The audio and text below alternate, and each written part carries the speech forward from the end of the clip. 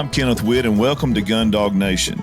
Gundog Nation is much more than a podcast. It's a movement to build a community of people around the world that like to watch a well-trained dog do what it's bred to do. Also, we want to get our youth involved into the sport of gun dogs, whether it be hunting, sport, or competition. We want to build a community of people united to preserve our gun dog heritage and to be better gun dog owners. Tune in to each weekly episode and learn about training, dog health, wellness, and nutrition. We will also offer tips for hunting with dogs and for competition, hunt tests, field trials, and other dog sports that involve gun dogs. Please go to our website, gundognation.com, and subscribe to our email list. We will keep you informed weekly with podcasts that are coming out. We also will be providing newsletters with training tips and health tips for your dog. You can also go to patreon.com/gundognation and become a member. There's different levels of membership on there. Just go check that out. Also, we'd like to thank Sean Brock for providing the music for this show. The introduction and the outro is Sean Brock. He played everything on there except the banjo by Scott Vestal and the dobro by Jerry Douglas. Sean is a neighbor of mine from over in Harlan, Kentucky. I'm just across the mountain in Hyden, Kentucky, and he's a super talented guy. But most of all, I want you guys to check out the Creekers. They are also from Hyden, Kentucky, and this is an up-and-coming bluegrass and country band, and these guys are hot. They're all over TikTok and YouTube. You will hear these guys because in a year or so, they will be on the radio. They are very talented. Their videos are going viral on the net. These boys are family. Two of the lead singers, one grew up with my daughters, and the other one is my cousin's son, so he's family. But check them out. Check out the Creekers. Also, last but not least, if you want to buy a hat, koozie, t-shirt, or even gun dog supplies, go to shopgundognation.com and you can purchase any of those items. Thank you so much for listening. It's a privilege to have people that want to put up with me talking about dogs all the time. I actually enjoy what I do, and I'm so glad to have this opportunity, and thank you. Hello, welcome back to Gundog Nation. This is Kenneth Witt coming to you from Fort McCavitt, Texas at the ranch, and I've got a really good friend of mine on here that has a lot of knowledge that I'm going to try to expose to everybody today. And he and I trained together at the Alamo Retriever Club, but he also has a really nice podcast I encourage everyone to listen to that we will talk about on here, and has a huge knowledge of British Labs. But let's just break into it. I'm going to let Dave introduce himself. Dave Bavero, tell him who you are. Yeah. Hey, Ken. Thanks a lot. Dave Bavero. I am the owner and founder of Waterstone Labradors, and we're located in Boerne, Texas. And I've been at the dog game quite a while. I've had British Labs for a good 25 years plus right now. Started this program about 10 years ago, I guess. And then it's gotten, pretty serious at it here lately, and it's been a lot of fun. I've met, people all over the world and all over this country, and it's been a fun journey, and I'm, really enjoying what I'm doing here. So. Well, Dave, one of the things that I really respect that you do is you don't just blindly import dogs from overseas. You make several trips overseas. You have relationships overseas, and you know what you're buying. You've seen these dogs work. Talk to us about that. Yeah. So, you're right. You can get an import, and people will sell you an import, but generally speaking, you might not get the best dog, because let's face it, nobody really wants to sell their best dog, right? So, yes. So I've made a lot of trips over there. I've been to Ireland quite a few times. I've seen field trials, hunted with people, trained with people. And I have a relationship with Matty Lambden, primarily with Tamarose Labradors, and he's kind of my eyes and ears on the ground, so to speak, over there. And I've gotten a lot of my dogs from him or from people that he has been associated with. So that's really helped get the dogs that I'm looking for my program, which, is the classic British or Irish stuff that you're looking for. Good drive, calm dogs, relaxed dogs, good looking dogs. Let's face it, that's part of the equation. So, that's been helpful. And, I've also started to build relationships, especially with the podcast that I'm doing now with, other people in other countries, so that's kind of opening up the kind of the horizons to different things now too. So Yes, and that's another thing, David. I love that you do is you kind of build a bridge between us and the United Kingdom. You're always having guests on there from the UK, and they're always extremely knowledgeable people that do this sport, some full time. Dave, I'm always curious when I have people on here. You know, we all have our different backgrounds and how we ended up where we are. How did you get into the dog world? Yeah, so it's an interesting story. So I've had dogs for a long time. Hunting was my primary motivation for dogs. I actually started with Vizslas. That was kind of the first gun dog I had. I had a few of those. I used to live up in the Twin Cities and did a lot of upland hunting out in western Minnesota, South Dakota, and I saw a Vizsla at one of those like outdoor sporting shows type thing, and I said, "Well, that's a pretty cool dog," and I'd never seen one before. Ended up getting some, and then that went well. And then I hunted with a buddy of mine who unfortunately passed away a couple years ago out in North Dakota, and he had two labs. I can remember they were Brandy and Bailey, and after alcohol, right? So kind of the typical thing. But they were good dogs, and looking back, they probably were not trained the best. There was some rock throwing out there to make a splash to get the dog to go get the duck. But I was kind of amazed by like, well, that's pretty cool. Like the dog goes out there, brings it back, and like, how else would we get this duck? And thought it was just kind of the coolest thing. So I started looking in the labs and ended up with getting some British labs. And then for a while I had both, and then eventually just kind of settled into the British lab. So, and really liked what they were all about. I actually got my first British labs from Double T Kennels, from Haynes Floyd when he was running the operation. So, yeah. Now, when you were doing the Vizslas, I assume that was strictly upland hunting? Hello, this is Kenneth Witt with Gundog Nation, and I've got to tell you guys about something that I've gotten hooked on lately. It's Pho-licious. These are gourmet instant pho and ramen bowls that actually taste like the real deal. When I'm out in the field all day and the last thing I want is to settle for bland camp food, Pho-licious is what I go to. It's authentic, the flavor, it's real ingredients. It's ready in just minutes. It's perfect for hunters, fishermen, or anyone on the go. And you can get them over 1,900 Walmarts nationwide, your local HEB here in Texas. Or you can just go online at pholicious.com. Trust me, once you try it, you'll keep a few stocked in your bag, in your backpack, or for your next adventure. I just want to say this. I want to add this to this commercial because I know the owners of this company. They've hunted on my ranch. Joseph, he and I were actually met in Colorado on a hunting trip that was a real adventure. They are true hunters. They've hunted at the ranch, and I've hunted with them. And Anna, she is just amazing. She is the one that came up with this idea. They were both on Shark Tank.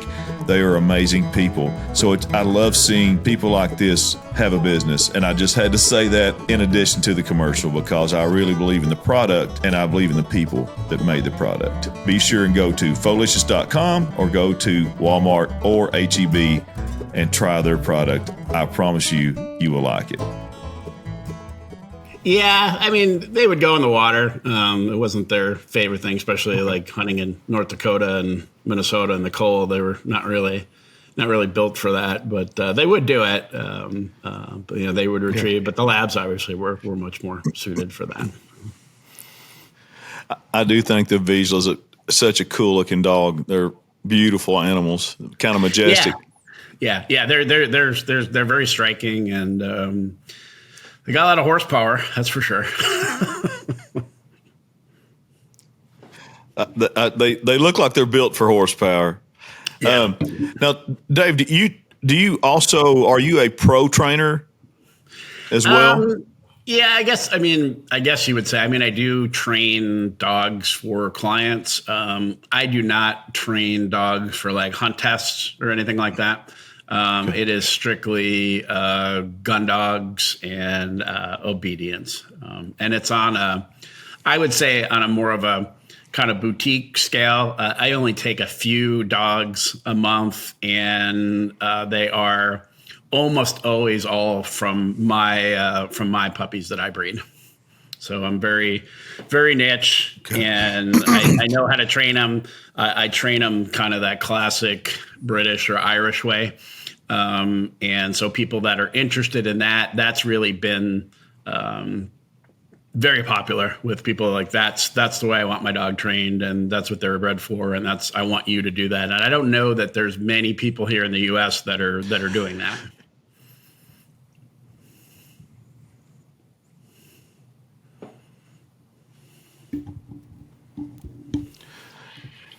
Can you hear me okay on that end, Dave? Yeah, good. Yeah, all good here. Yep. Can you hear me okay? Or sometimes it's fading out just a little, and the picture will get blurry and then get clear. Yeah, I noticed on you too as well that all of a sudden you'll blur out a little bit. Okay. I don't know if it's this program or our internet connection. Yeah, my connection's good on this end. I'm on my house Wi-Fi. I don't know. So. Okay, good. Okay. Well, we'll keep that. I think it's going to be okay. David, I'm always curious to know this when I have guests on here too. So where did you learn to train? You like the rest of us, we could just grab every book we could find and seminars, and how did you learn? Yeah. So going back, to the day of, pre-internet, books, DVDs, VHS, like a lot of people, I think probably my first experience was Waterdog, right? I think there's a lot of folks in that camp. I think still the Bible, right? Yeah. I mean, I think to this day, it still kind of holds up for a lot of good concepts. Yes. So that was kind of my first exposure. And then I've always been interested in a lot of the British training, and I would order, like back then I would order books, more on British training and more of the traditional things.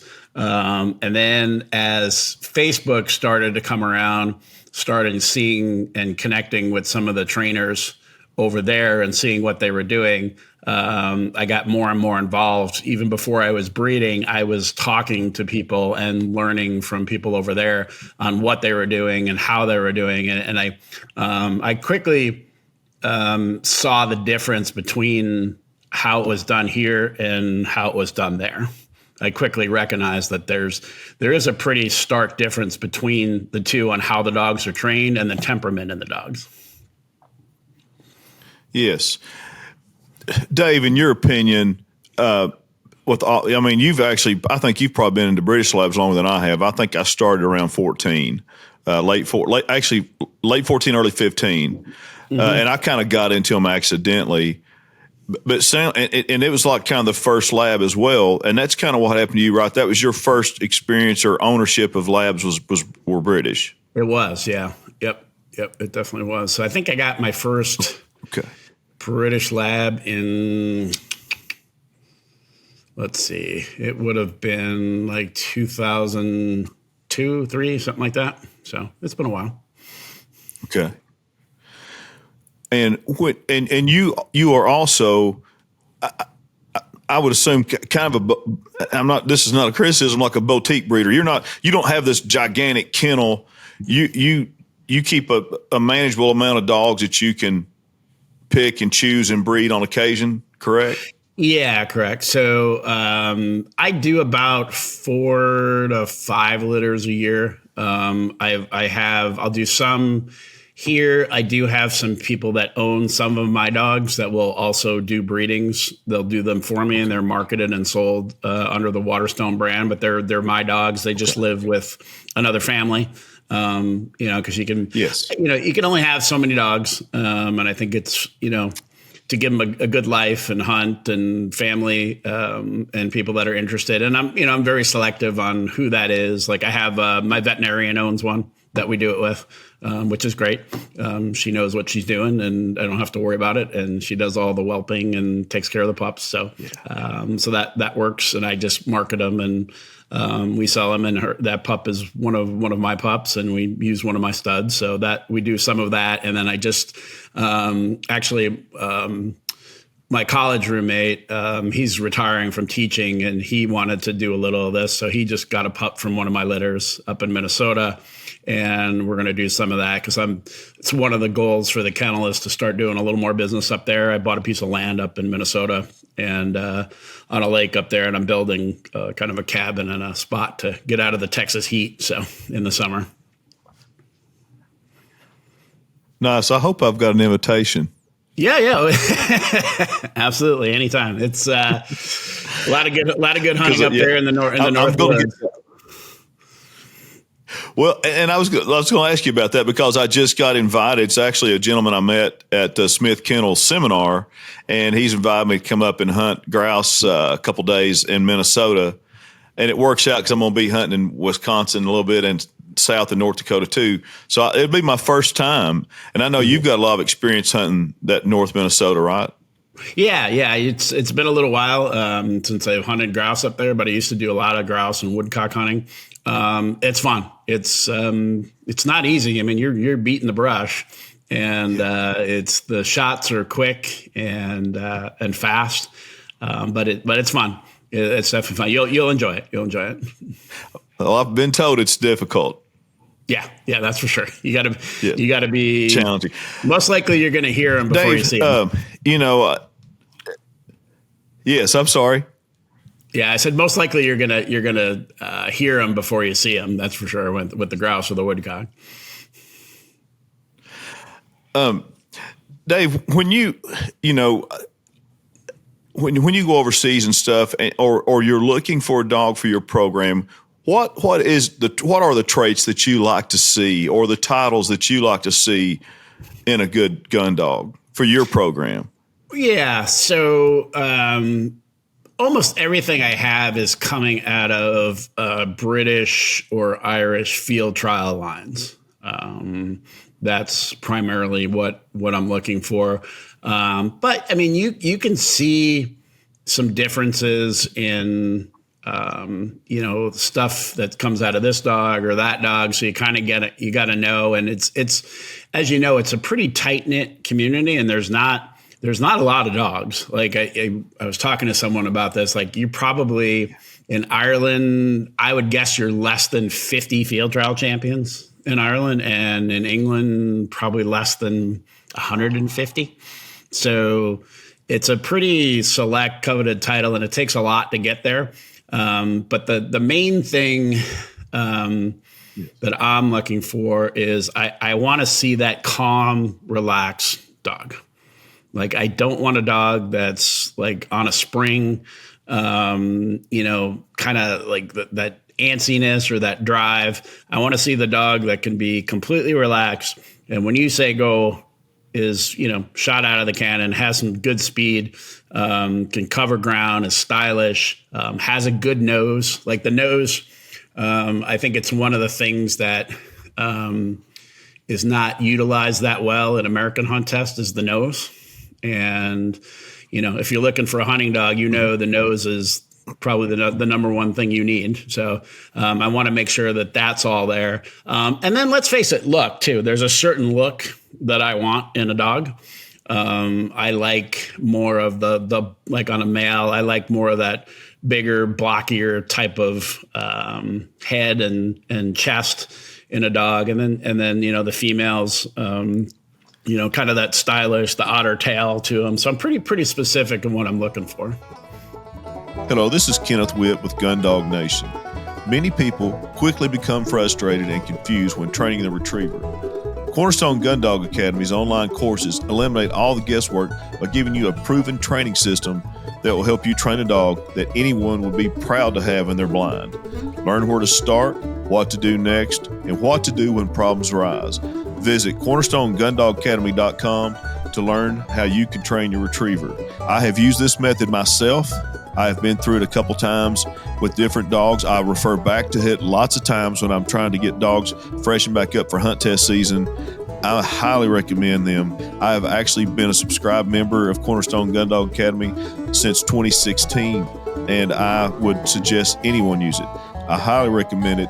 They have an app that you can get to on your phone. You can do it from your phone, your laptop. You can't get any more convenient than that. I've used it, it's proven and tried, and I know literally hundreds of people that have done the same thing that I've talked to. Visit CornerstoneGundogAcademy.com and learn how to train your own retriever. Nice.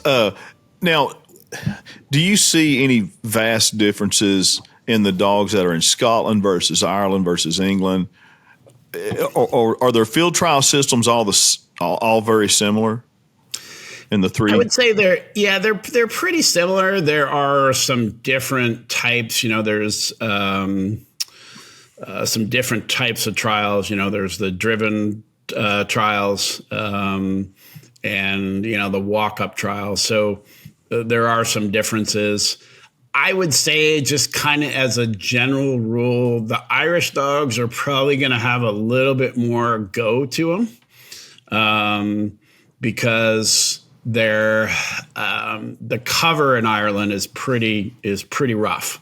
There's a lot of brambles, blackberries, bogs. It's a more severe terrain. In England, they do a lot of the beet fields and the rape and more of the moorland and stuff. So it's not, the terrain is not as harsh as it is in Ireland. So guys that really have what you call a shooting dog, that stuff's going to have a little bit more power to it, is what I've seen.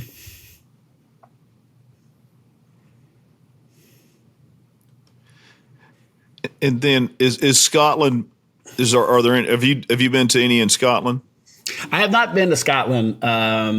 I've been just mainly to Ireland and Northern Ireland, and I'm actually the plan is to go to England this fall. So I have some invites to go train with a couple trainers over there. And I actually have a dog over there right now. I have a female red bitch at a kennel called Black and Voy Gundogs.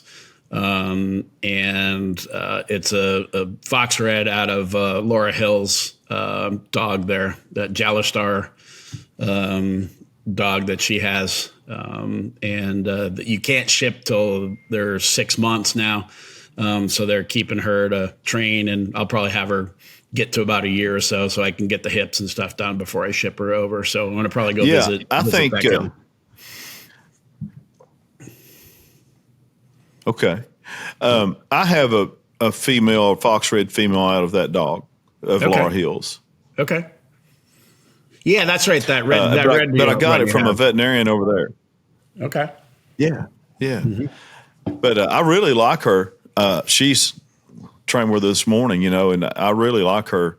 I'm very happy with it. And I didn't get it from Laura. I got it from a veterinarian over there. But okay. So let's break down into the topic of training. I really, I've seen you and I train at the same clubs a lot, and I'm really impressed with what I see in your dog. So you're obviously training very well.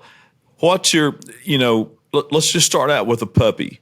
What's some of the things that you advise people to do with a young pup just starting out? You just bring it home. Yep. Gotcha. No, I appreciate the comments. So first thing I would say is don't rush.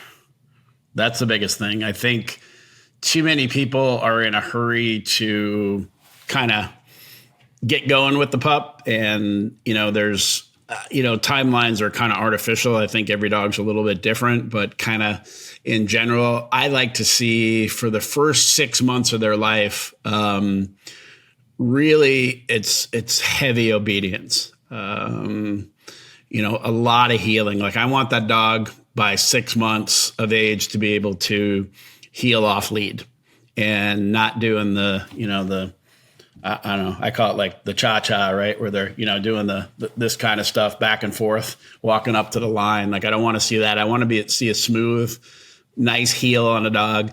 I do a lot of placeboard work with the dog. So we're really working on the steadiness and making sure that they are, understanding that place is a good place and nothing bad happens to them when they're right next to you. And then I don't do really hardly any throwing of bumpers or dummies in the early stages of the dog's life. Okay. I like that. And Dave, what do you do? How do you get a dog how would you tell me to teach my dog to heel?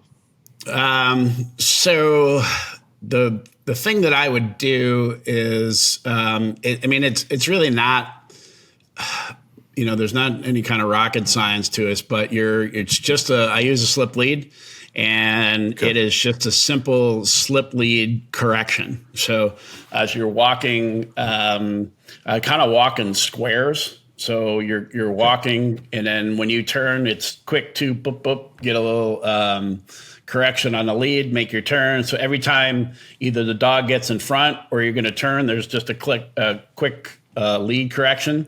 And then you just kind of do it in squares around the yard. And then what I do, I kind of have a gravel fenced airing yard that I do that. And then once I can get them solid there, then I start moving to other places. We'll go out in the field, we'll go to Home Depot, wherever. We just kind of keep changing places. So I do almost every day we do heel drills.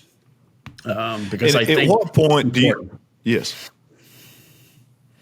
I'm sorry. I know we're having like a disconnect a little bit on our internet service. At what point do you take the leash off in your heel work? Probably when I know they're like at least 9-10 months, when I know they're reliable, when I know that dog is not going to leave my side. There's no real hurry.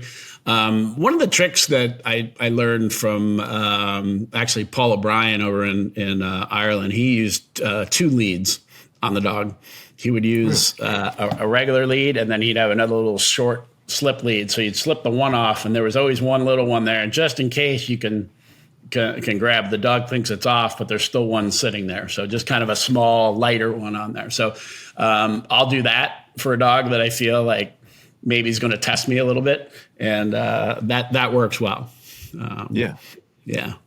And then, and then, like I said, the place board is also really just a foundation to the work. I mean, everything starts off that place board, and I don't know what it is about a place board, but once they like it, I mean, that thing's just, they love it. Like, it's just, boom, I got to go to that board. I got to go to that board. So all my training starts there. That's also how I teach all the steadiness work for them. And a lot of trainers love to throw things for dogs. Honestly, I think it's probably the worst thing you can do for a young dog is throw a lot of bumpers or throw a lot of marks. I start them with kind of a memory retrieve, but in the beginning, I don't even use a bumper. I use a food bowl. So I'll take a food bowl, walk it out, start at like 20 yards, then go 30, then go 40, 50. And all I do is I just put a food bowl and I'll just drop like 2 or 3 pieces of kibble in, and then walk back to the place board and send them. And they go out to that bowl, hit that bowl, hit that kibble, and they come running right back to the place board. So you've established that go out and come back, but you don't have a dog that's messing with, a bumper and having to worry about fixing all that. So that's how I start them going out and coming back. And that helps with recall, helps with healing. It helps with everything. Okay. And you're doing that in a straight line, like mowed grass or anything? Yeah. Just mowed grass to start. Yep. Okay. Yep. And what command, Dave, are you given for the send? I use go back. Okay. Yeah. Well, now you bring up another question I want to ask you. I want you to teach me something, or how Sure. you do it. How do you teach hand signals? Everybody does a little different method. What's your method? So I start them with a tennis ball. Okay. And do you do it on a table? Do you do it on the ground? Or how do you do it? On the ground. Yeah. So the first thing is to get them to sit on the whistle. And I'll do it a couple different ways. Is sometimes I'll hold the tennis ball like in my hand like this, and then get them to focus and look up at you, and I blow the whistle, beep, and I have that, and then move, beep, and have that ball like this, and they're focused on that. And then I'll actually do it at a distance too. I might have that dog sit out about 20 yards, blow the whistle, throw the ball at them, blow the whistle, throw the ball at them. And now they start looking at, okay, whistle, ball, good. I should turn around and look at you. So once we've established that, now I can start the hand signals left and right. And I do that with place boards. Okay. I'll put a place board on the right, place board on the left, and you can command back and forth. And then one back behind them as well. So we're doing kind of the T drill off of place board. So that's how I start them on a young pup. Purina Pro Plan. Here at Gundog Nation, we use Purina Pro Plan for our dogs. We actually use the Sport Performance Edition, which is 30% protein and 20% fat, the beef and bison. It contains glucosamine, omega-3s for their joints. It also contains amino acids for muscles and antioxidants. And it also has probiotics. It's guaranteed to have live probiotics in each serving. There's no artificial colors or flavors. We see the difference in our dogs. We see the difference in their coat, their performance, their endurance, and also in recovery. Be sure to use Purina Pro Plan dog food. The reputation speaks for itself. There's a reason that Purina has been around for such a long time. We suggest that you use it, and we are so proud to be sponsored by Purina Dog Food. Okay, that's funny. I do that. That's the same thing I do with the place boards. I even teach the back with the place board behind them. Yep. But I like that. I'm gonna steal your idea with the food bowl at a distance for a pup. I really like that. Yeah, I learned that from folks over in England. Taught me that, and it's great because what's the thing that the puppy doesn't do well in the beginning is the bumper, right? They want to play and grab, and now you don't have to worry about that. You just want to go there and come back, and then once you get that, you can start putting the mechanics of the bumper in there. And the other thing I would say about that, and I noticed you just had some Gundog Nation fire hose bumpers made, right? Did you get those made? I saw those.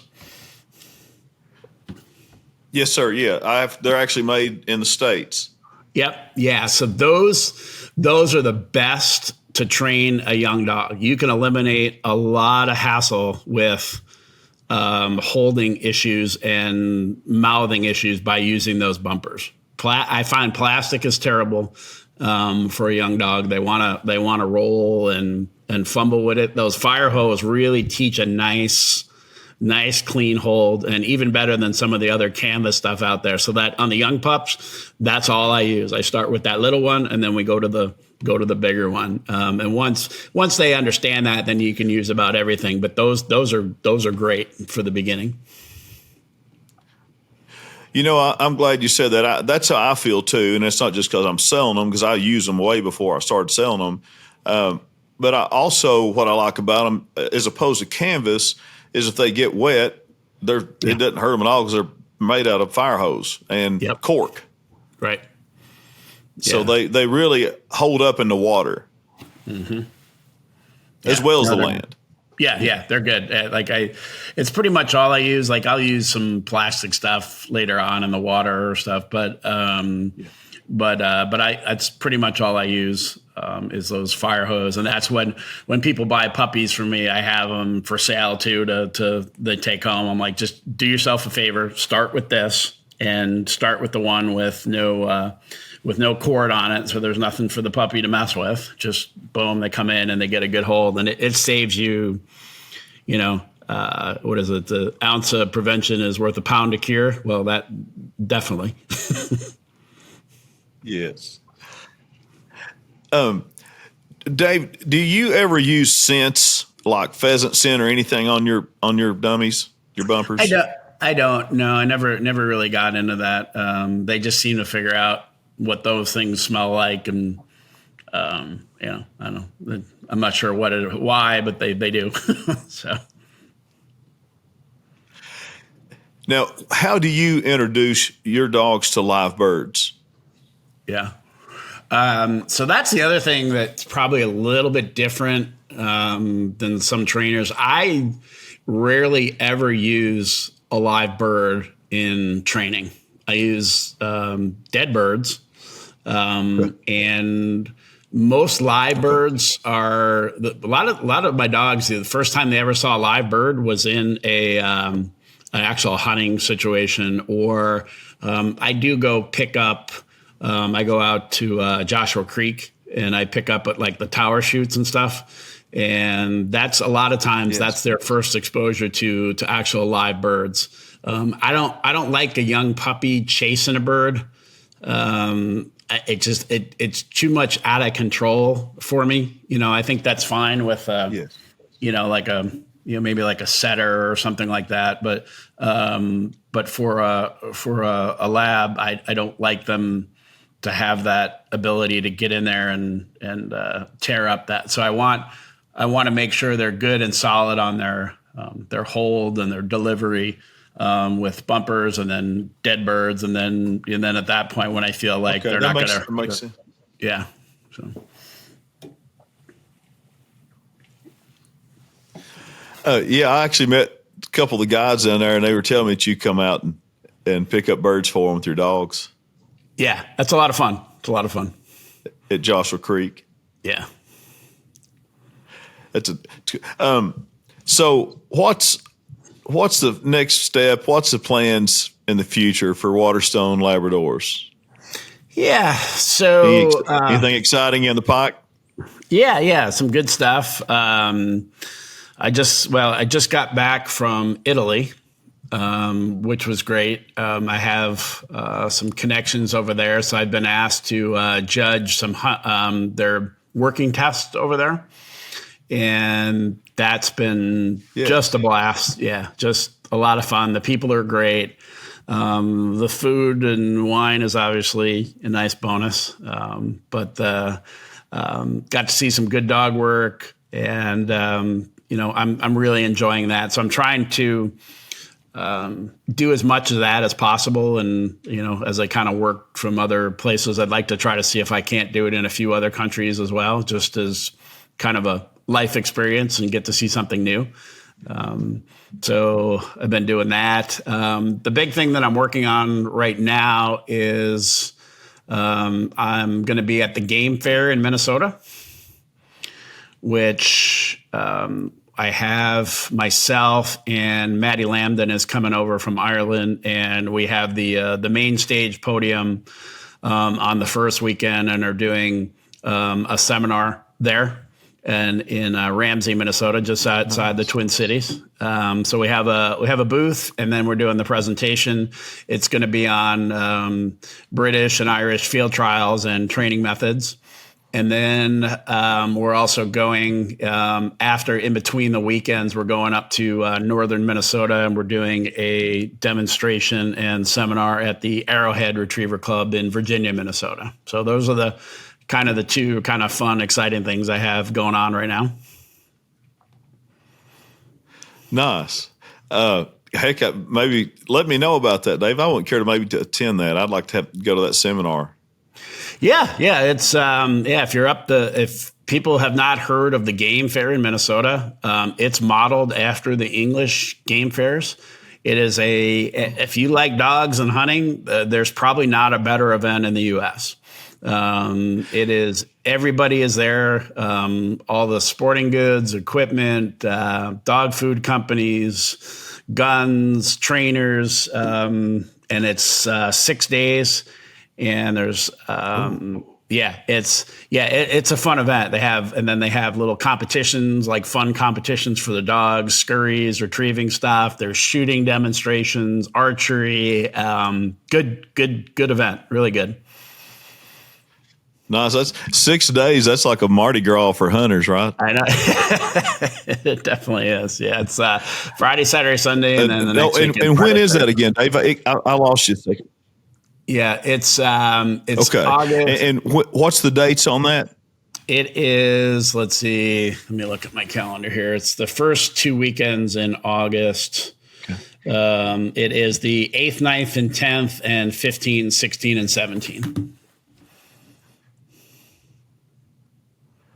Oh, wow. That's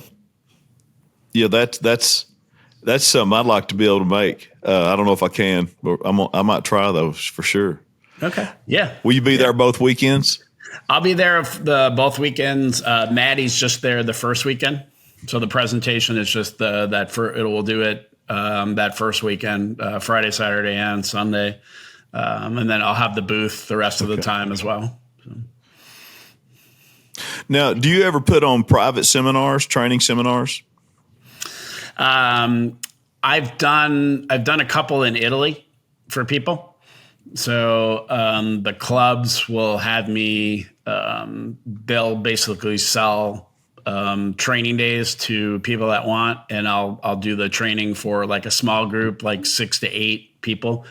I will do that here too. Like if people are interested in learning, how to train that way, I'm happy to do like private, one-on-one or small groups as well. I'm happy to do that.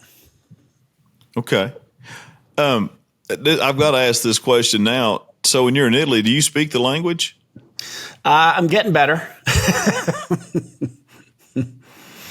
And hey, you're better than me. I speak zero. Yeah, I know. I'm actually Italian descent, so I know some. They speak enough English. Generally, they provide me with a translator, and that helps too as well. But every time I go, I get a little bit better. When you're getting ready to go on your next hunting trip, make sure you pack the most efficient and reliable ammunition on the market. Migra Ammunition brings you the most diverse loads on the market. Migra's patented stacked load technology is the epitome of efficiency. 2 shot sizes stacked together to create the most diverse and efficient line of shot shells in the industry. It doesn't matter what flyway, what state, or what the weather, the standard remains the same. At Migra, reliable loads that perform in any condition every single time. We're proud to have Migra Ammunition as a sponsor for Gundog Nation. It's interesting. I get my Doberman, I still do protection work, and he's for Italian lines. He was born in the States, and I go to a seminar annually by a guy that comes, I don't know why I can't think of his name right this second, but he's from Italy. And he comes over and puts on a seminar for a whole 4 or 5 days. And I went last year. It was really good. But a lot of good dogs over there. Yeah, there is. Yeah, it's a very much a dog culture there. They bring their dogs everywhere. I mean, you'll see dogs in supermarkets, restaurants. They're everywhere. They're everywhere.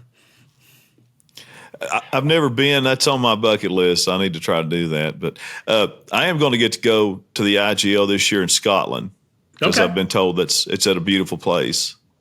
Yeah, that's on my list. Last year I went. Have you not gone yet to IGL? I have not. Yeah, I have not gone. One of these years I'm going to go. So. But now you've been to a lot of field trials there, correct? In Ireland and Northern Ireland, I have. So this year, I'm hoping to go to a couple in England. That's kind of the plan if we can make it work.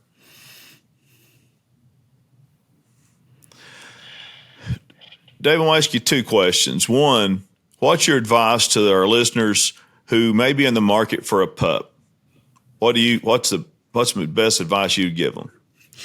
Yeah. So what I would recommend is get a dog that fits you, right? So because I get calls, almost every day or an email, and a lot of them start with, I had a dog like this, and I don't want a dog like that again. And typically, what I'm seeing is they're like, I had an American field trial dog, okay, and it was just too much dog. So that's the advice. If you want to run field trials, American field trials, get an American field trial dog. But if you want a hunting dog, or because let's face it, most guys that hunt, they're not hunting 100 days a year, right? So that dog, you need a livable dog. Like you need a dog that's quiet. Like you need a dog that's not going to eat your couch, if you don't exercise it. And I guess that's the popularity of the British and the Irish stuff, is it has that ability to turn off and turn on. And I would tell you that's almost every call I get is like, I don't, that was too much dog. I don't want. And it's like, it's like cars, right? Like a Ferrari is a fine machine, right? But you're not giving a Ferrari to a first time person driving a car, right? You might be better off with an F-150, right? So get what fits what you want to do. And, if you're a duck hunter, get a lab or a Chesapeake. Don't get a German short hair. It just doesn't. You're going to have problems. Get the right dog for what you want to do. Like I don't think there's any bad dogs, but there's definitely bad fits. I agree. Yeah. That's great advice. Yeah. Now, Dave, also, I want to ask you this. So for some listeners out there who may be completely new to this game, new to the sport, new to hunting, and they're wanting to maybe train their own dog, because there's no better. I mean, pro trainers are great. I've got great pro training friends that will have more experience in their pinky than my whole body, but there's no better satisfaction than training your own dog. Now, that being said, what's your most important to you? What's the most important advice you would give someone who's getting ready to start out and train their own dog? Yeah. So if you're going to take on training your dog, the biggest thing is consistency. And that's where I see people fail and even people that send dogs away for training, like you could spend a whole bunch of money, and if you get that dog back and do nothing with it, the dog, you're going to have problems, right? So, I think if you can train your own dog, you're going to have a better bond and, a good outcome. But just, follow a program, whatever program that is. And there's a lot of good stuff out there. But again, make sure whatever program you're following is designed for what you want to do. Like if you're not interested in running hunt tests, don't knock yourself out with all the hunt test stuff, because there's a lot of unnecessary things in hunt test training that you don't need for a hunting dog, right? There's a lot of unnecessary technical and pressure things that you have to put on your dog that it's just not necessary if you're looking for a nice companion that can go pick up a duck or find a pheasant for you and be a well-behaved dog. Spend that time on the obedience. That's the part I think people really kind of glance over, because it's not as sexy as like getting to the retriever part. So they kind of, we'll be good with that. And then you just have so many problems from a dog that can't heel, they can't sit, that, all the obedience stuff. And you see it. I mean, you go to hunt tests, you see a lot of that nonsense that goes on, right? I mean, you see dogs that, pull their owners on two legs up to the line, right? You see it, right? That dog, Those dogs are not ready to run a hunt test, right? So go back and just get the obedience down. And just to kind of go back a little bit, like when I go to Italy or Ireland or other countries like that, those dogs are so well behaved, like so well behaved. Like I was looking through some of my pictures, and there's a picture of the training class, and I'm talking, and there's some people running some drills behind me, and there's probably 10, 12 dogs, and they're all just laying down in front of their owners. No leash, just sitting down, laying. They're just completely relaxed because they've been obedience trained. And almost every dog over there goes through a very strict obedience before they ever go into the test mode. So I would say way more emphasis on that. You'd be a lot better off, and it's just easier. This is supposed to be fun. It's not supposed to be stressful, right? Yes. Yes. And I could actually been guilty. I actually got a dog that, I got it when it was older and took it to hunt tests, and it was an American. I have that dog. It's an American field trial bred, and boy, I had to really just go back and work on obedience because he wasn't ready. And you're right. It takes the stress out when you've got an obedient dog and you can just go anywhere with it and you're not worried about it breaking or going crazy. There's a lot to be said for having that. And I see your dogs out, and they're always well behaved. And Dave's, it's kind of your trademark. You've got a great really nice a van, like a high ceiling van, and Yep. your dogs are air conditioned, and you've got them all fixed up in there. It's a pretty nice rig. Thanks. Yeah. Yeah. The van, a lot of people in the beginning were like, then now they're like, oh, that's pretty good. That works good. And it does. It really does work good. Hello, this is Kenneth Witt, and Gundog Nation is proud to have one of their sponsors as Retriever Training Supply, based in Alabama. Retriever Training Supply offers fast shipping on quality gear. Your dog will love it. Visit retrievertrainingsupply.com to purchase gear to help you train your retriever. Listen, they have some of the best leashes I've ever found. It's stuff's made in America. Their leashes are, and they source them locally. They have anything you want, fast, friendly service, fast shipping, just good people. Retriever Training Supply. No, I like that. I guess another thing, Dave. Let's touch on this too. Nutrition. Mm-hmm. How important is that to you in your program? I think it's super important. A good dog food to keep your dogs in prime, healthy condition. I think is great. And I've been lucky. My dogs have been healthy. I like, there's certain things I like in a food, and there's certain things that I don't like in a food. I would say if I had the ability or access to just raw food, that's what I would do. But when you're feeding a lot of dogs, it's expensive and kind of hard to deal with. I do supplement with raw, especially on the pregnant and nursing dogs. I do feed raw food. So right now I'm feeding Team Dog is what I feed, and they have a raw line, and I supplement that in, and I like that. But I can tell you, like over in Ireland where Maddie Lambden is, he feeds pretty much all. He feeds a little bit of kibble, but he feeds a lot of raw. He feeds venison, and he feeds beef, and a lot of tripe is what he feeds. He has access to getting that in bulk, and has a walk-in cooler and can manage it. And his dog's phenomenal shape. No cancers, no nothing. There's a lot of anything processed, right? With everything going on right now, especially with the Maha thing, there's a lot more emphasis on process and things that are not good for you. Well, that's the same thing in dog food, right? It's the same. Yes. Yeah. Yes.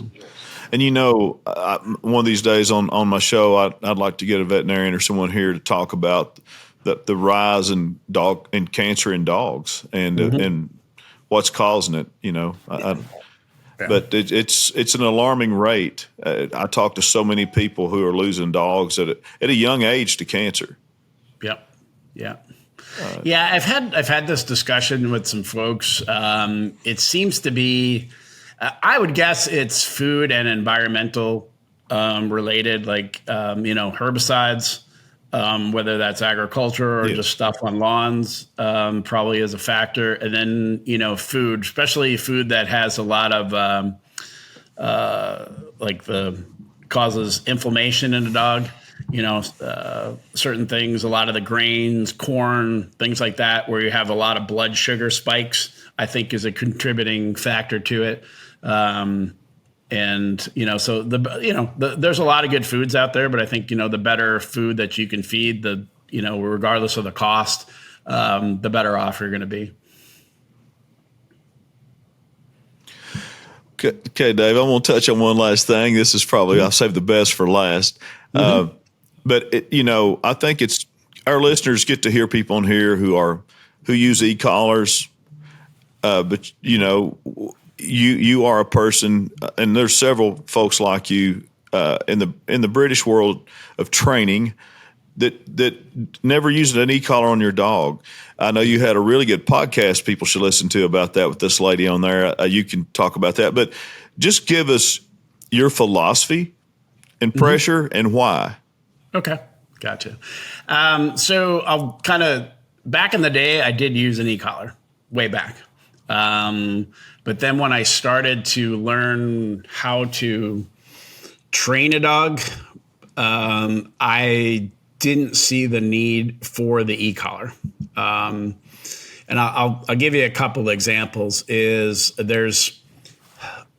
a bond. The bond between you and your dog, I think, is the most important thing that you can have. And the e-collar is, I don't know, you see a lot of stuff, positive e-collar. Getting shocked is not positive. Let's just face it. Whether you shock a dog or whack it in the ass with a stick, that's not positive. So anything close to you, they're going to associate it with you. And you can see it. Like you can see body language on a dog that's trained with an e-collar versus not an e-collar. And when I started seeing dogs overseas that could do basically the same thing that you could do over here, but with much more style and enthusiasm, I'm like, why would I want to do that? So I started trying not to, and was able to do it. It takes a little bit longer. And there's some things, and I'll touch on it a little bit, because I think the biggest issue with the e-collar that I see is breeding. Okay.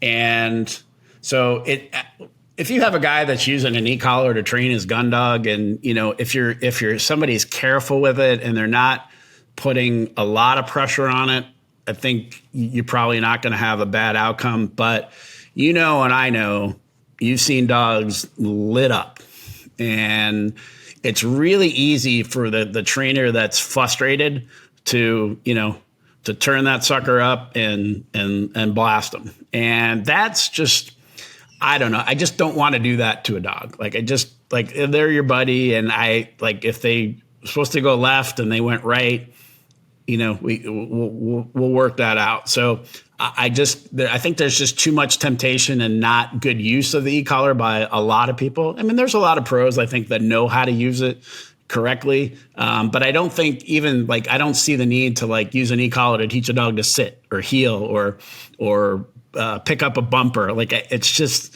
to me, it seems like it's almost laziness. Use your hands, use a leash, create that bond with your dog. But back to the breeding part of it is, and here's where I think the kind of the can of the worms as one of my friends says, is the genie is out of the bottle and you're not putting it back in. Because let's face it, there's a lot of dogs that come this way from overseas.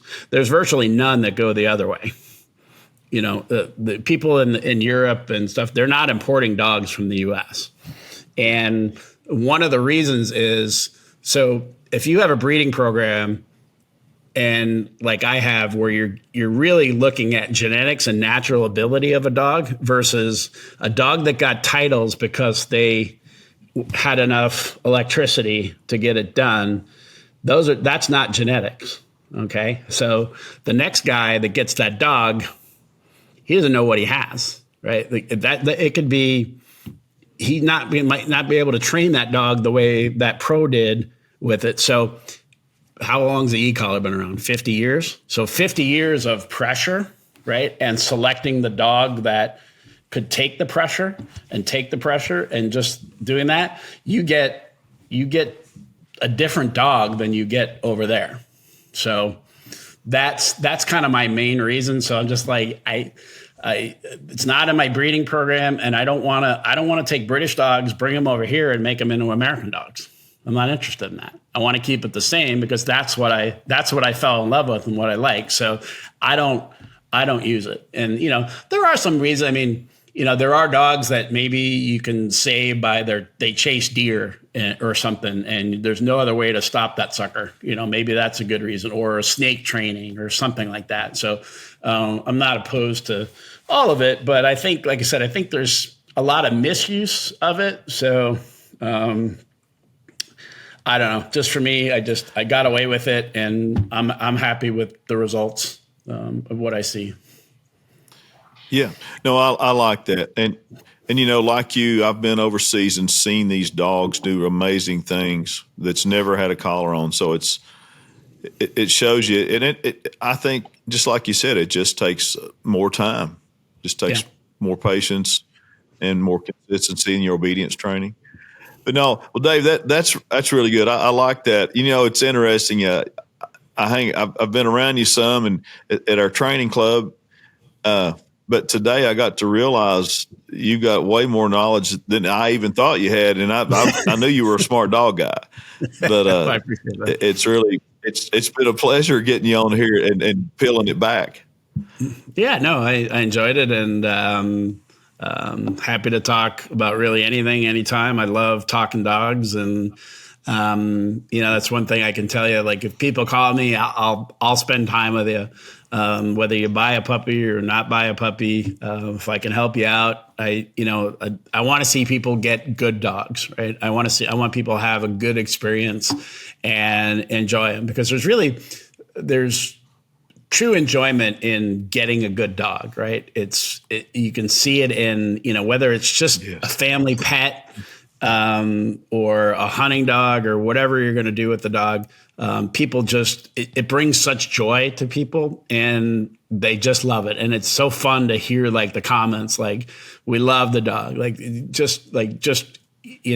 It's amazing. And there's all types of people that buy the dogs, right? There's serious hunters. There's people that just want a good companion. So, and the nice thing about some of these dogs is they can really do just about anything. I mean, you can train these dogs for, scent work, hunting, shed. One of my dogs has been very active in the search and rescue out in Kerrville. It's a 1.5-year-old pup and has found 11 victims out on the river. And so it's pretty cool to see how smart these dogs are and what you can do with them. And that's my point with the genetics. Like, genetics overtake every other thing that you can possibly do with a dog. Like, you have to have that in place to get a proper trained dog. You have to have the good breeding, or it doesn't matter how good a trainer you are, you're going to have problems. So that's really my motivation, and to keep it true. It's been the same over there for a couple 100 years, and I don't want to change that. I want to keep going with that. And, I'm just looking for, obviously there's some that are better than others, but it's all pretty good stuff. You just have to kind of find what you personally like and what you're looking to do there. So. No, I like that. Well, Dave, I think you and I could probably do several episodes. No, I'm happy to do whatever you like. I definitely think that we need to have a second follow up. But hey, I know you're busy, and we've been trying to get together with our schedules, and then you were gone a little bit there, and so glad that you take your time out of your day to be on my podcast. And tell everyone again how they find the Waterstone Lab podcast, your website. Mm-hmm. Okay. Yeah. So on Facebook and Instagram, Waterstone Labradors. I have the website, waterstonelabradors.com. The podcast is called the Global Retriever Podcast. And I think we have 20-something episodes at this point. It's on Spotify and Apple and all the stuff that's out there. So if you search for Global Retriever, it'll come up. If anybody has any questions, send me an email, call me. Happy to talk you. Any questions, training, pups, whatever. Love talking to people that love to talk about dogs. All right. Well, Dave, thank you. And again, I'm a fan of your podcast. I don't know that I've ever missed an episode since I found it. And I encourage everyone to check it out because it's very interesting, especially anyone that's interested in British Labs, British style training. It's definitely a go-to podcast. I appreciate it. Thank you very much, Ken. And hopefully if you get back this way here soon and one of the club things, we can, do some training or hang out. But I appreciate it. Hello, this is Kenneth Witt with Gundog Nation, and I'd like to encourage all you listeners and viewers on our YouTube channel to check out patreon.com/Gundog Nation. For $10 a month, you can become a member of our community, and we'll have access to lots of stuff. Mainly, we'll do a monthly forum, an open forum, where you can ask me anything Gundog related, and we'll learn from each other in the community. Should be a lot of fun each month. We will do that. So check it out, patreon.com/Gundog Nation.